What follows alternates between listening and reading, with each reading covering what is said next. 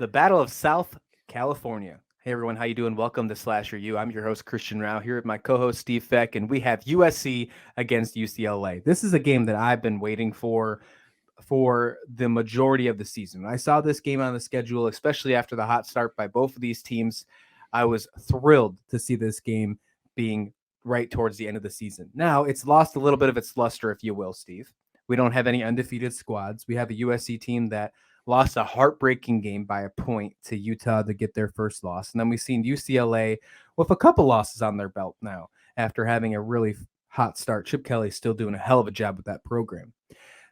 Looking into this game, though, USC, I think, is the only team to have a remote shot at making it to the college football playoffs. I think it's remotely slim, but if any team in the Pac-12 has a shot, it's USC. They obviously have to win out. They got to win the Pac-12 championship. No other team has that option. I think that we've never seen a two-loss team in the college football playoffs. I think that remains the same come this season.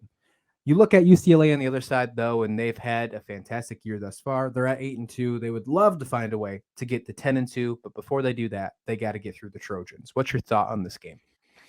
Well, first of all, I wonder how UCLA is going to react to having fans in the stands, at a game in LA. I mean, they're not used to that, really. The other thing I think about in this game is this is another suggestion maybe to increase viewership for this game, because back in the day, this game was played the Saturday after Thanksgiving. But UCLA kind of fell off the map a little bit. So suddenly Notre Dame was now playing in that slot, the game after Thanksgiving, because it generally had, playoff, or title, or really not title, but bowl implications for the teams for have them playing that way. But I'm going to suggest that neither team put a defensive squad out on the field at all. Just let the offenses run wild, because I don't think a lot of people are going to know the difference. If you watch tape on USC and UCLA, both of their defenses just give up big play after big play. And if you didn't have the defenses there and just had that offensive talent, highlight itself, I think there'll be a lot more, people will be turning over from other games. I mean, you'll see on the tickers, neither team playing a defense. You get a lot more eyes driving to this game, and maybe UCLA reclaims its place on the mantle of games you need to watch every year.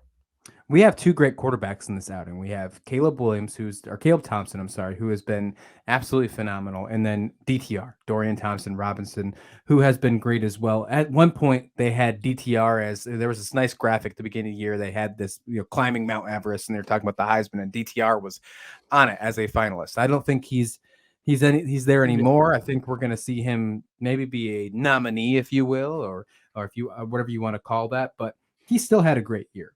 That loss to Arizona is a huge hit to UCLA. I mean, last week, the Pac-12 just completely ate themselves. That is the best way that I can describe what happened last week in the Pac-12. There was prime opportunities for some teams to make a push to the college football playoffs, maybe even to write their story and walk themselves into the Pac-12 championship. That is not the case anymore. I think UCLA's got a long way to go. They have to beat USC if they still want to keep their Pac-12 championship hopes alive. If they lose this game, they're going to be out of contention, especially after the winner of whoever wins out of Utah and Oregon. And right. USC will clinch. This is their final Pac-12 game. They'll only have one loss. They will clinch themselves into the Pac-12 championship. That's how I see this one ending. USC is only a 2-point favorite. If I'm playing this game, I'm playing USC with the 2 points. I think that they can win this game by more than 2. Only being a -2 favorite on the road here, it's not really the road. So I like this game a lot for USC. I think they find a way to right their ship, if you will. They've looked fantastic all season long. I mean, even in the loss against Utah, they looked great. They just, at the end of the game, couldn't stop one play. And that's what gave them that little deviation in their loss column. This is a team that many thought would be in the conversation for the college football playoffs all season long. I think that conversation doesn't go away until the selection is finally there, because I do see this team winning out. I see it happening. I just think they're going to be just shy. They're going to be one of those one-loss teams that we just can't fit in those 4 playoffs. They're going to be advocating for those expanded playoffs after this season. The Pac-12 is. USC, I got taking this one. What are your thoughts in the comments below? Steve, what are your thoughts? I have one concern about this game as far as if you're a USC fan, and it's that the UCLA can run the ball on any defense. They're averaging over 6 yards a carry, and they break big runs on a pretty regular basis. They ran for over 300 yards against Stanford, more than 400 versus Arizona State. And USC has given up big runs from scrimmage throughout the season. So that's my big concern. Can UCLA be opportunistic and capitalize on a defensive lapse on USC and not only keep it close, maybe pull off the upset?